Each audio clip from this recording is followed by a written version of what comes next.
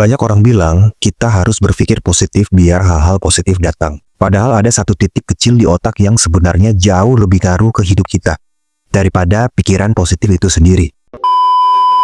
Ada satu titik kecil di tengah otakmu, kecil banget, hampir nggak dianggap.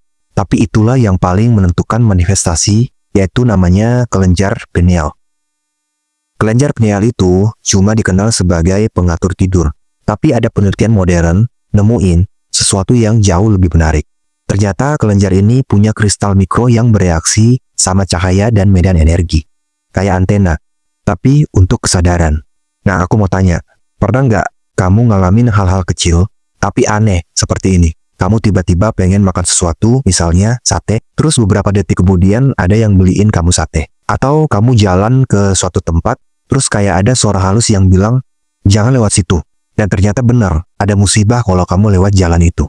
Atau kamu mau ambil keputusan, tapi entah kenapa dada kamu tuh kayak nggak setuju. Padahal kalau dilihat secara logis, semuanya kelihatan aman-aman aja. Setelah itu kamu sadar ternyata kamu nggak setuju karena ada kesialan di baliknya. Itu bukan kebetulan, itu kelenjar pineal yang lagi aktif.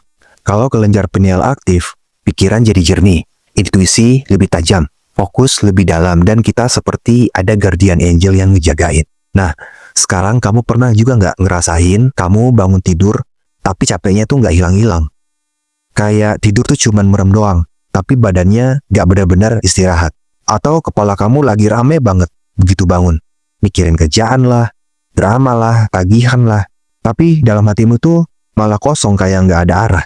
Nah, itu kelenjar pineal yang lagi enggak aktif. Jadinya energi kamu tuh selalu negatif.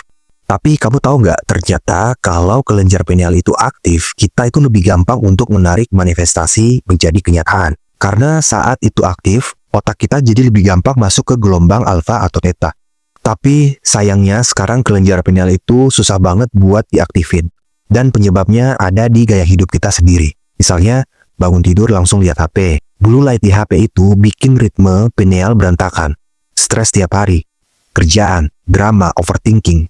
Bikin otak itu nggak pernah diam dan nggak pernah istirahat. Belum lagi kita terus-terusan diserang notifikasi, konten, chat, informasi yang nggak ada habisnya.